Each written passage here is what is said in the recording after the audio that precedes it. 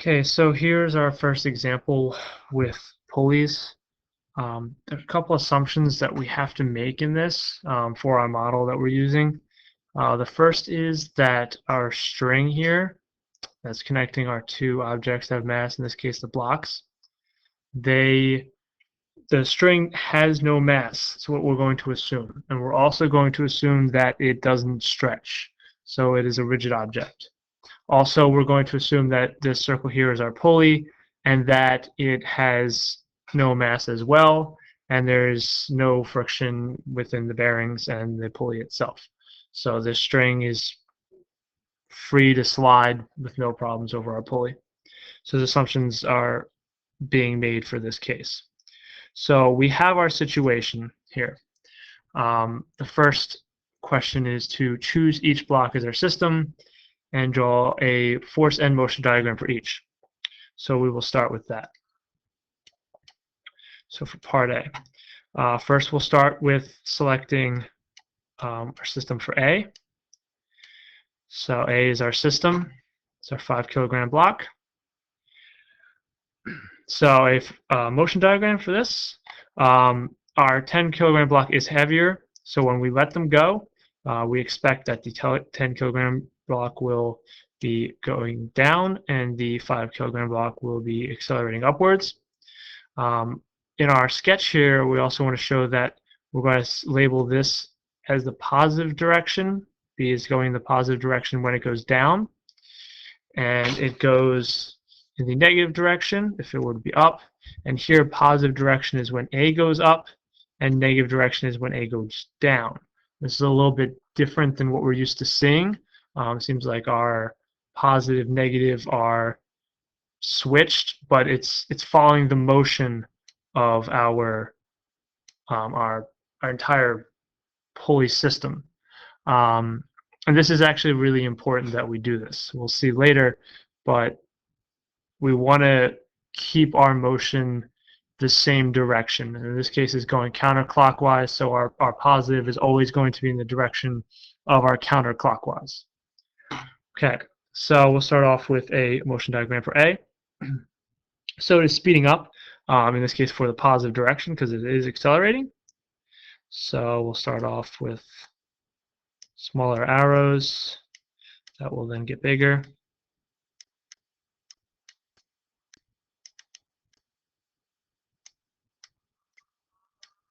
Okay, and here's our negative direction. Positive direction starts at time 0, and our change in velocity, our delta V, is going to be in the positive direction. Now we have our force diagram for the situation. So here's our dot. I'm going to label this is block A. So like the pattern we've talked about a lot, the motion diagram, the change in velocity arrow is pointing in the up direction, so we should expect that our force in the positive direction should be larger than our force in the negative direction. And we will verify this later, but just based off our patterns, it's what we should have. Okay.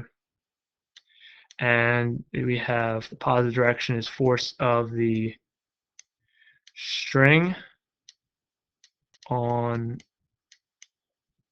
and we're going to say A, is block A. And negative direction, we have the force Earth, and that is on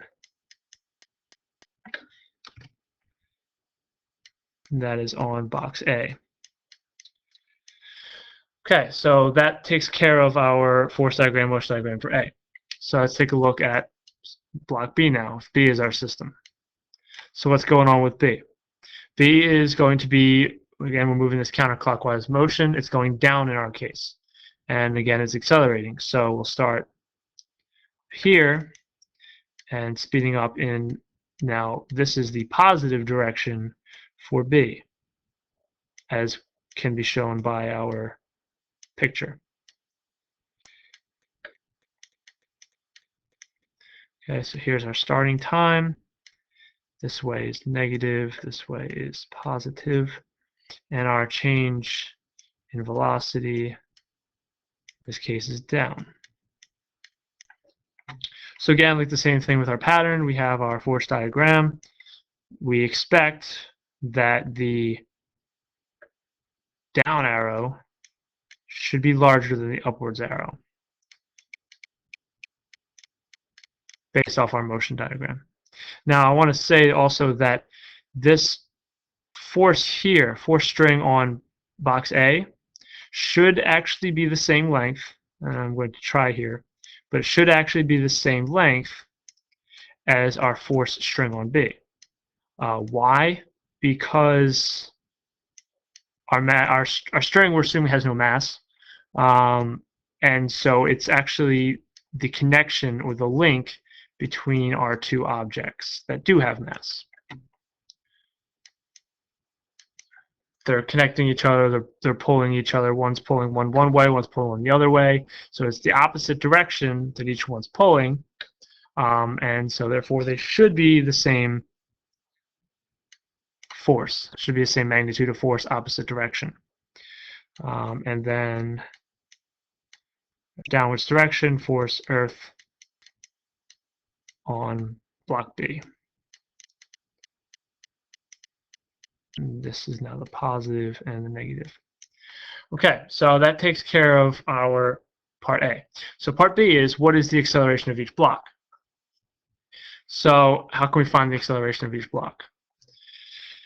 So move on to part B. So what we always want to start off with, we have our motion diagrams, we have our force diagrams. We always want to start with that after our sketch, which our sketch was given to us in this case. Now that we have our diagrams, we can then apply our word formulas, our word equations. Okay, so start off with our mathematical model, which we developed. And this is the acceleration is equal to the sum of the forces over the mass. Now I'm going to do this one. I'll do this one for box A, and over for box B I'll do on this side, so keep them lined up evenly. So remember, this is for box. This is for box A. So in the sum of our forces for A is acceleration is equal to the force, and we get this right from our force diagram here. Force S, which is the string on box A, plus the force of Earth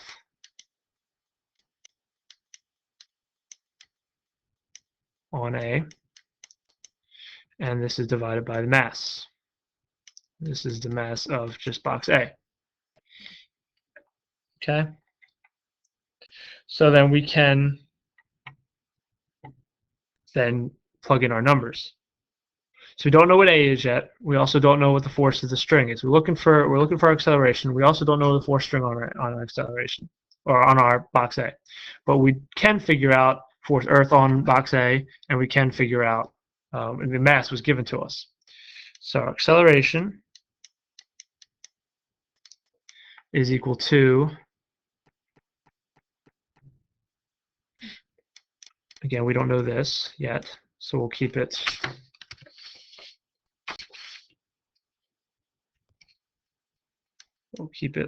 like this in equation form or variable form.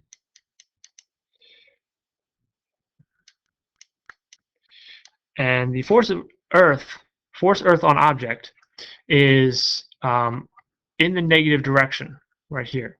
So we were going to assign a negative value to this quantity.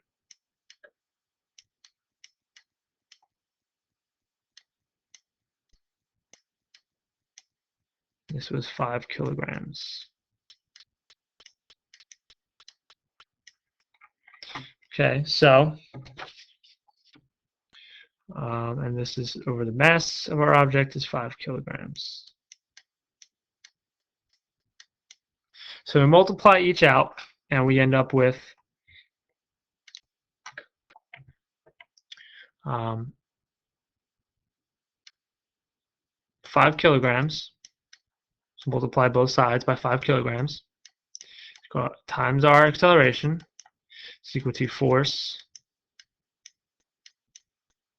string on box A, and this is plus a negative. Multiply these two together, we end up 49 kilograms times meters per second squared. Okay, and now we're going to bring this solve for our force string on box A, and we'll see why in just a second. So we'll bring our negative 49 over to the other side, and we will then have our 5 kilograms times acceleration plus 49 kilograms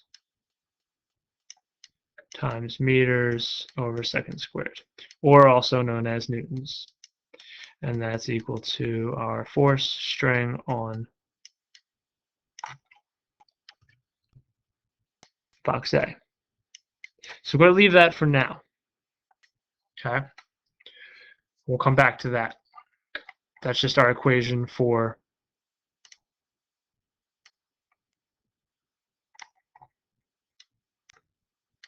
the first box, box A. And now we're going to try to do this for B. So, same exact thing, follow the same logical process.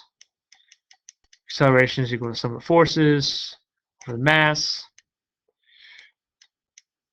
So acceleration is equal to force. And this is string on B.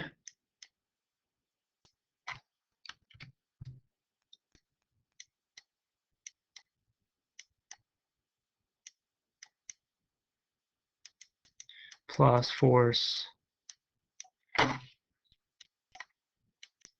Earth on B. And this is all divided by the mass.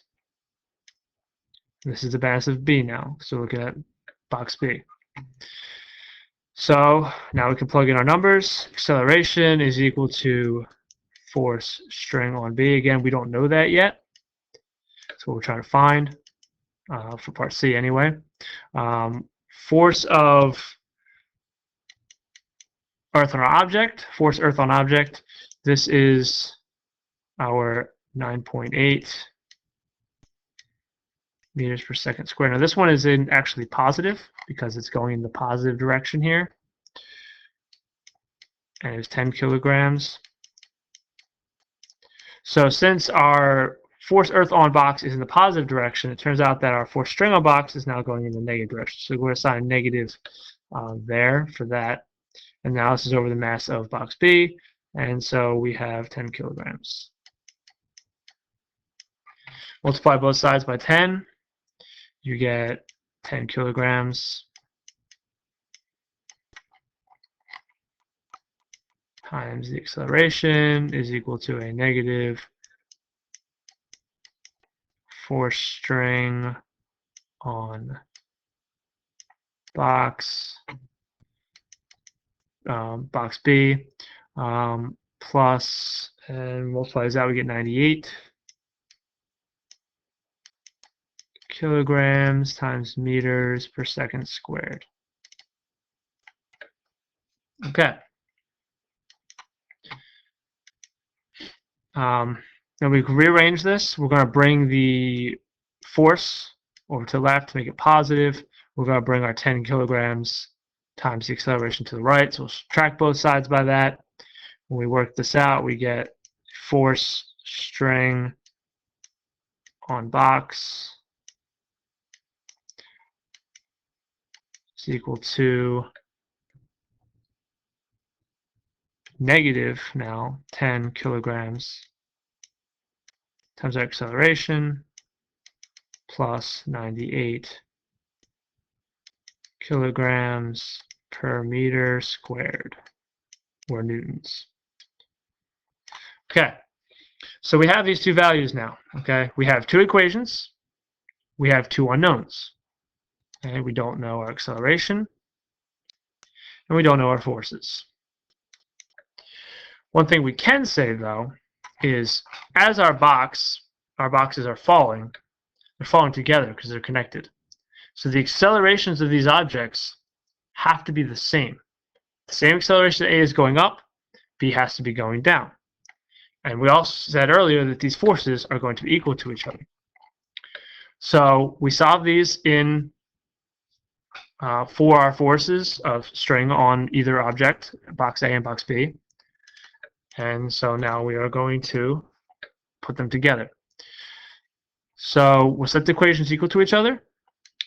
So we have 5 kilograms times our acceleration plus 49 kilograms times meter per second squared, and that's equal to negative 10 kilograms times acceleration plus 98 kilograms times meters per second squared. So we'll bring our 10 kilograms times A to the left. We'll add that to both sides. And we're going to bring our 49 kilograms meter per second squared, subtract that from both sides. And we will end up with 15 kilograms times our acceleration. And that's equal to 98 minus 49, which is 49 kilograms times meters per second squared. Divide both sides by 15 kilograms.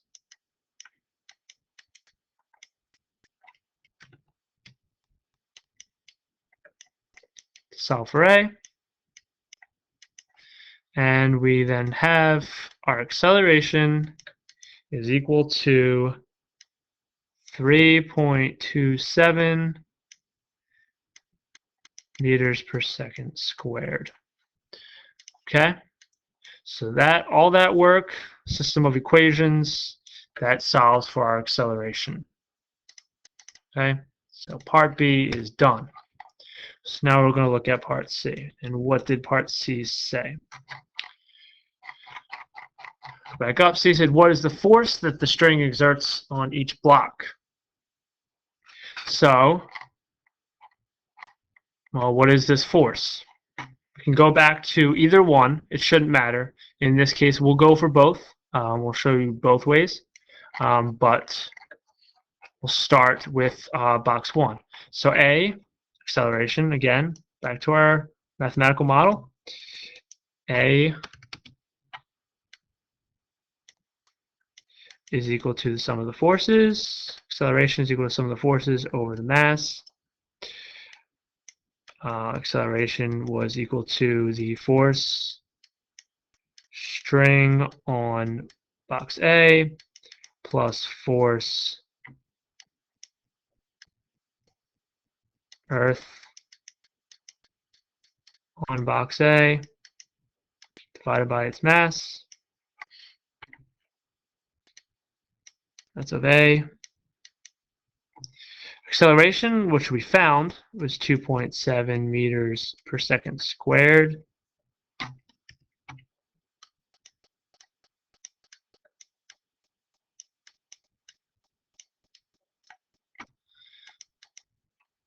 And force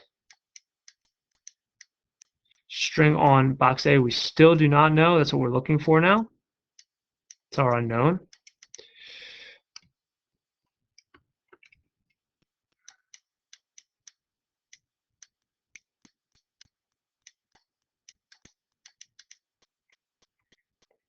Force Earth on A, which we found from before, which was up here, 9.8 times 5 kilograms, which is, and this was in the negative direction, was negative 49.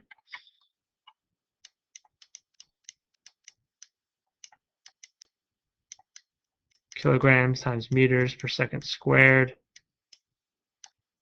Again, that was just the acceleration g of Earth pulling it down times its mass. And the mass of the object was 5 kilograms. Multiply both sides by 5 kilograms. We end up with 16.33 meters 16.33 kilograms times meters per second squared. It's equal to the sum of our forces.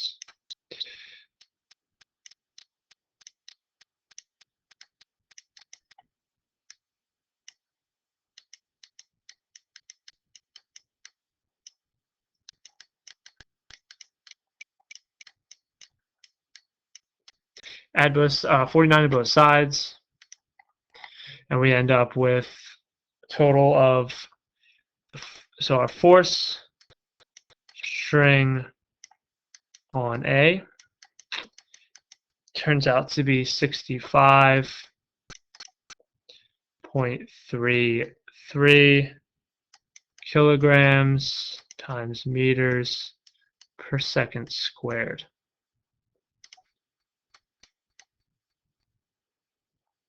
Okay, so that is our answer. It's the full answer. And like I said, I'm going to show you this time. On the future videos, I'm not going to be doing this again because our forces should be the same for the string on either object, again, because they're connected. But you can always check. So instead of using box A, I'm going to use box B. So A is equal to sum of the forces over the mass. A is equal to force string on B plus force Earth on B divided by the mass of B.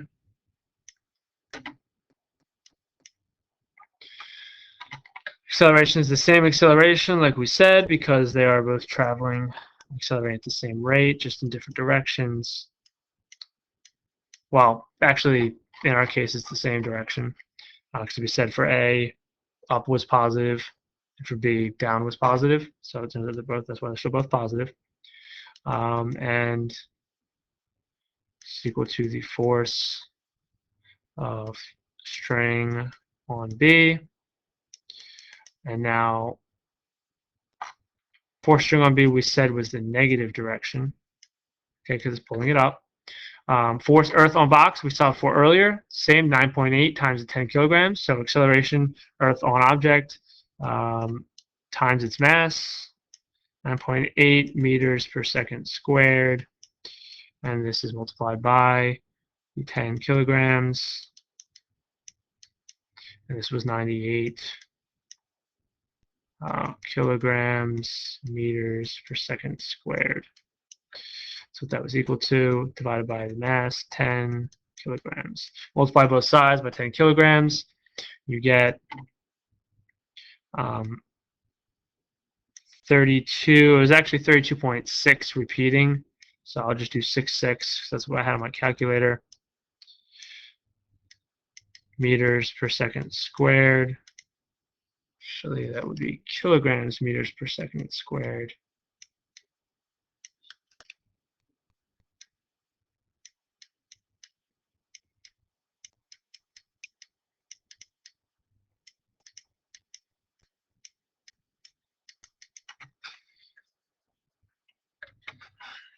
And we have our negative force